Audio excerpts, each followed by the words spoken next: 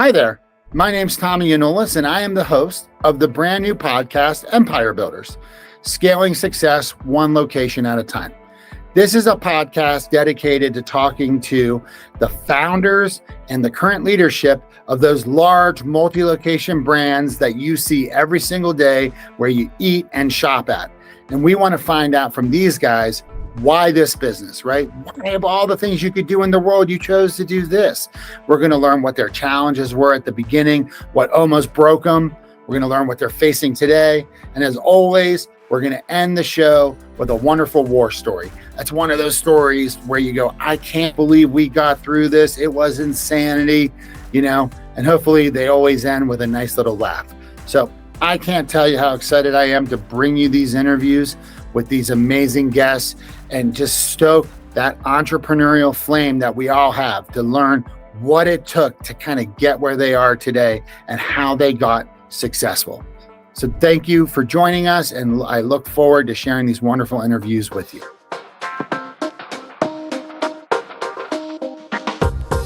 Hey there, Empire Builders listeners. It's Tommy, and I am back with another episode. I'm super excited to welcome Brandon Duplessis to the show. Hey, Brandon, how you doing, man?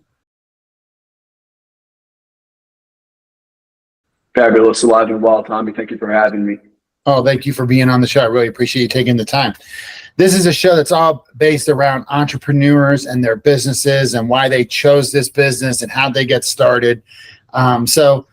And I always ask the same 5 questions just so everybody understands that. First question is, please tell me about your company and your role within that company. Unicorn Business Funding was founded back in 2018.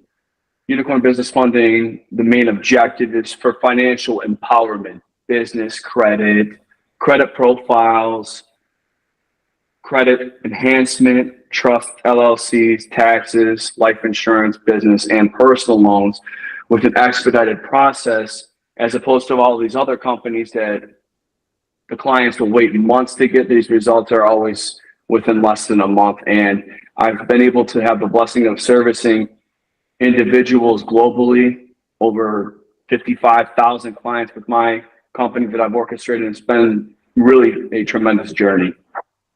So you're doing like loans for businesses. So I go to the bank, they're going to give me the runaround, and they're going to make me pull like this arduous process. I can come to somebody like you and grab some cash quickly, I would assume, and get a decent interest rate on it so that I can use that money to fund my business. Is that correct? That's close. So what I do is I have partners, and these are what I always tell the clients that don't understand. Never deal with banks.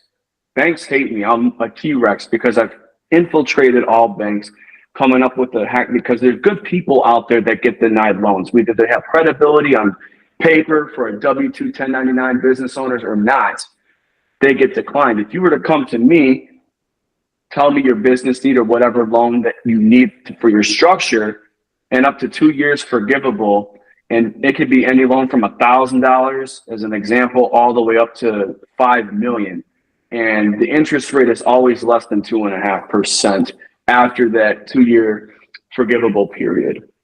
What does that mean? Just because I'm not forgivable means if you get a loan for $80,000, you don't have to pay that until after the 24 months. Okay. In installments. For example, have you heard of the PPP? Remember they were doing that during the pandemic? We use that, yeah. They said that that's a forgivable loan. This is the exact same concept. However, mine is not issued with the government nor engaged with the government, because we obviously know that everything from the government isn't always free, but that's what the term forgivable stems from. So does that mean that if I paid it off within 2 years completely, I'd have no interest on it? Or does that mean that no interest, none whatsoever? Forgivable just gives you the grace period to orchestrate your funding and distribute it in the way that you want to, the manner that you want to, without having the stress of, okay, I've taken this loan, but God, I have to pay this by this month, this by this month, and then worry about the interest. No. And the reality is that most people are probably exceeding that 2-year limit anyway. So it's not like you're not making any money on the deal. You're just exactly 2 years out, right? Yeah. Okay, that's really cool. And then are you are you the owner and the founder of this company? That is correct. Yes. Nice.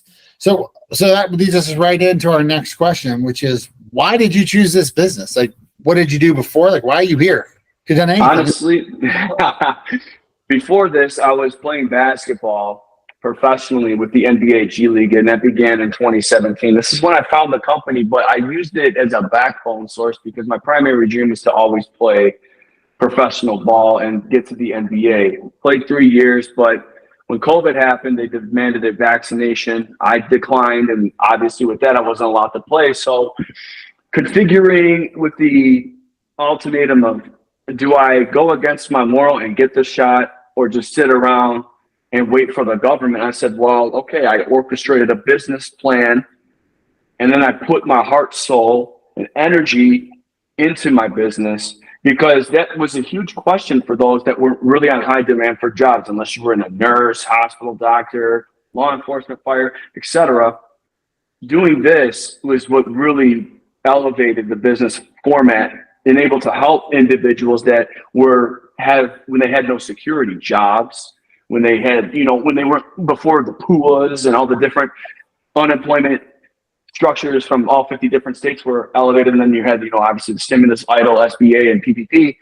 That's when my business ended up growing. That's when I figured, I could make a killing out of this. And it was a true blessing because it helped me exceed my goal to not work for nobody and become my full-time boss. It was amazing. That's really interesting. So I'm a huge Nuggets fan. We have Gillespie. He's in the G League right now, but hopefully he'll move up this year. But so where'd you play in college? So that's the truth. That's the crazy story. I didn't play in college. My way of making the league was literally just by pure skill and underdog grit.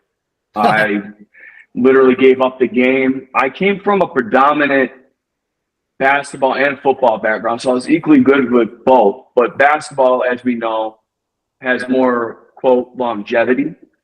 And so not playing college, it really put me at a disadvantage. However, my playing style and being able to beat guys that have been playing consistently, high school through college, et cetera, they had more mileage. My body had rest, and that really set me apart from them. And it was laughable going to the first camp. I'll never forget Elton Brand was the president for the Delaware 87ers, which is now the Blue Coats, the Philadelphia 76ers minor league affiliate, and came into the huddle and was asking, where did you play college ball? And, looked around the coaches because they divvied it up in teams. I said I didn't, and they just thought it was laughable, but it's the truth. But to answer your question, no, I did not play college ball at all. Just definitely I felt that basketball was it for me until I woke up one day and realized, you know what, I'm too young, and it's either now or never. Wow, that's really cool. That is a great story. Okay, so how did you learn about doing this business? I guess then I'll just follow up that question, like, because you were playing basketball, you're not a finance guy by trade, right? Like you are now, but you don't have the finance degree. How did you figure this thing out?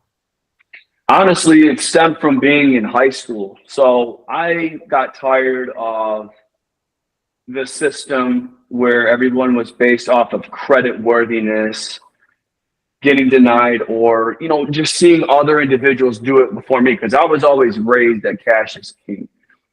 But I know that not everybody has access to cash. Yeah. So seeing folks get denied, whether their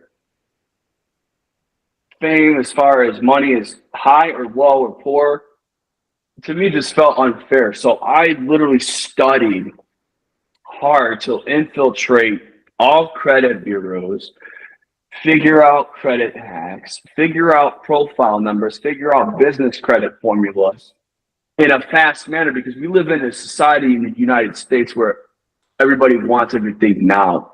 Patience is not an option. And that's what triggered me to go full throttle, full ammunition, and make grenades go off and say, this is what I want to do to help others, because I did a dummy experiment and that worked for me. And if it worked for me, I started testing it out with my close circle. Once it got Fab 5 alive, then it just started growing. You plant one seed and then it grew into an Amazon forest, and I just ran with it. And along the way, you find out trial and error on things that are better, because it's technology. can get better. You want to do better with your business. But that's really how I got into it, because I just got exhausted from this fake scam system that we live in to limit individuals into getting the life that they deserve. If they blow it, then they blow it, but at least give them that one opportunity. That's what I provide. Sure.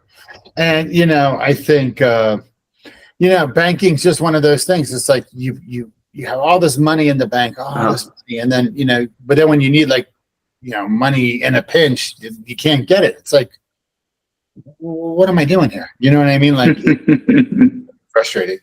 And we bank with Wells Fargo, and Wells Fargo has been a real pain in the butt to be around for the last couple of years because they got in so much trouble being scammers. And so now they've got like a compliance department that's through the roof. And it's like, you're literally, they just make everything so hard because they're under such scrutiny from the government because they were being naughty. You know what I mean? You're like, come on, man. I shouldn't have to pay. I shouldn't have.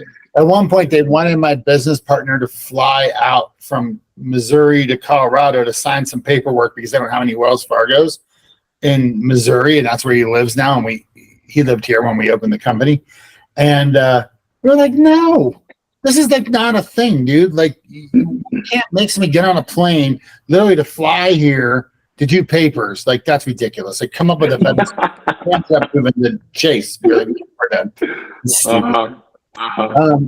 okay, so when you started off, what were some of your early challenges that you really faced? Honestly, let's begin with the early troubles was target market. Exactly what's my pitch going to be to bring business? Because I've always been one to be number one to lead, but it has to be in a structure where individuals are able to hop on board. That was the biggest trouble from the beginning. Aside from everything else, the gift to gab, being able to have facts to prove it, because I've always documented my steps and how it worked for me is really what sold it. Organization is the prime key to success. I'll never forget my 9th grade coach said that, and it stuck with me. And so that was really, but the big trouble was finding the target audience. Sure. And being able to have that grow to see what I can generate as far as financial income and streaming and revenue, of course. And then do you have employees or is it just you? No, I have employees. Yeah. I have a team that I've trained thoroughly. I mean, you can't out-trump the king, but the master's not always going to give us secrets, but it's worked significantly because the demand has been so elevated for those to get that service. You have a lot of these cookie cutter financial gurus, and it's easy to go and, take a nice little billboard picture with a suit or a dress or for women, whatever. That's fine. But a lot of these companies, and this is very important that listeners hear this, is they literally are not doing your credit. They are having a third party generate it, and you're waiting months to get results. My clients literally get everything done. Credit enhancement, business credit, prime stuff, luxury, in less than 30 days. And it's all from the system. And I've been able to teach that to my team to distribute that knowledge so that way everybody else can start to learn, because the education system here, they're not teaching financial literacy. Yeah. And that's what's really killing everybody in society. But that was literally just, the best about just orchestrating a team like anything else. And so you have like essentially loan officers, if you would, they use a bank term, but you have loan officers working for you out there, sourcing deals themselves and bringing them to you. Exactly. I have everything from mortgage officers to bankers, not your typical cookie cutter bankers. I mean, we're talking the bankers that are literally T-Rexes. And what I mean by that terminology, T-Rex is going to bite off the competition easily. No ifs, ands, or buts. Wells Fargo is a prime example. They hate me. They hate us because a lot of the business we pull away from them because clients are getting scammed for that. As you displayed, why are you going to fly out of state for papers? And that's why they'd be getting the civil suits and all these manners, because they're doing something dirty. Okay, well, unicorn business funding here, we got to answer for you. There's no trumping. Checkmate automatically. Sure. Are you planning on opening up more branches or franchising this out? Honestly, it definitely will be in the future for sure. Truthfully, it just depends on how the market shifts, because you hear rumors, and I see it happening with another recession coming. That wouldn't be wise, Yeah. but it's definitely been in the vision board for the future for sure. Just not sure when. Yeah. Well, and it's actually like when the economy's bad, someone like you who can loan money and keep people afloat is going to make it going, right? Okay. So then question number 4, what are some of the challenges that you're facing today? The challenges that I'm facing today is the consistency. There's so many scams going on out here. Individuals, and I posted this and it makes sense. So the $500 client, let me see the work first before paying. The $5,000 client, can I pay half, but also what's your refund policy? The $50,000 client, invoice paid, forward me your information. I can expedite this. I know somebody else who needs it. There's tiers, there's levels. But the normal plebeian will always hard cap is my term, meaning blow smoke. I want to do this. I want to get this done. I want this. My credit's piss poor, whatever. Yeah. But they don't want to make the investment to do it. But then they'll be irresponsible, buy a whole bunch of nonsense that gets them nowhere. And I also told people, my slogan is, truthfully, it costs more to literally have a bad financial rep, business credit, CPN, or credit, than it is to fix it. Because at the end of the day, you literally have everything falling on credit. You can have a billionaire go into a bank, but have no credit history and apply for a loan, get denied. But then you can have somebody who's extremely got A+ credit, but living paycheck to paycheck, they'll get that loan. Why? Because of credit worthiness. Very important, very key. But the challenge now is getting clients to understand that this isn't a scam, it's an investment.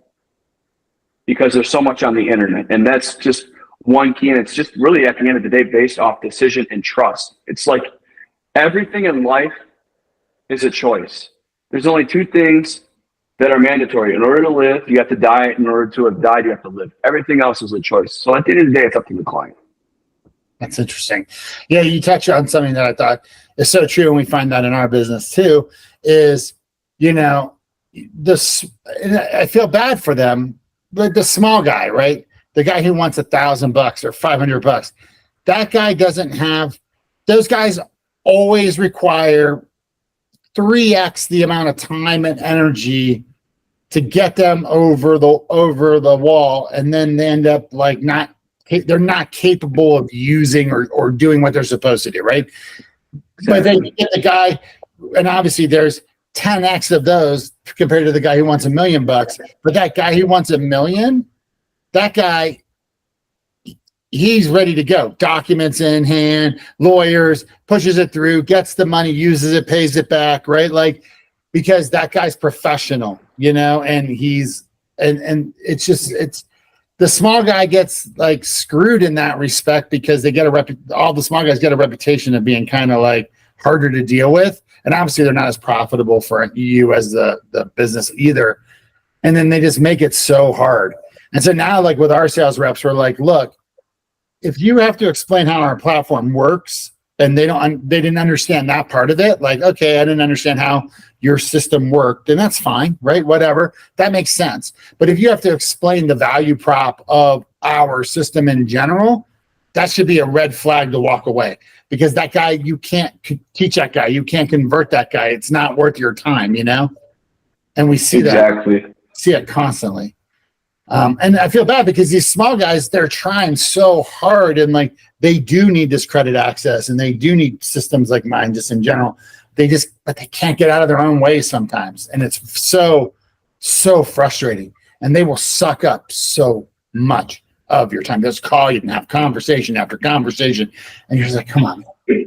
Like, I'm loaning you money. This is not like rocket science, right? Like, just it's so brutal. Right. Oh, man. Wow, we busted through these pretty quickly today. Let me ask you this question. This is my war story question. give me a war story, man. Tell me about, it could be from basketball. It could be from, finance.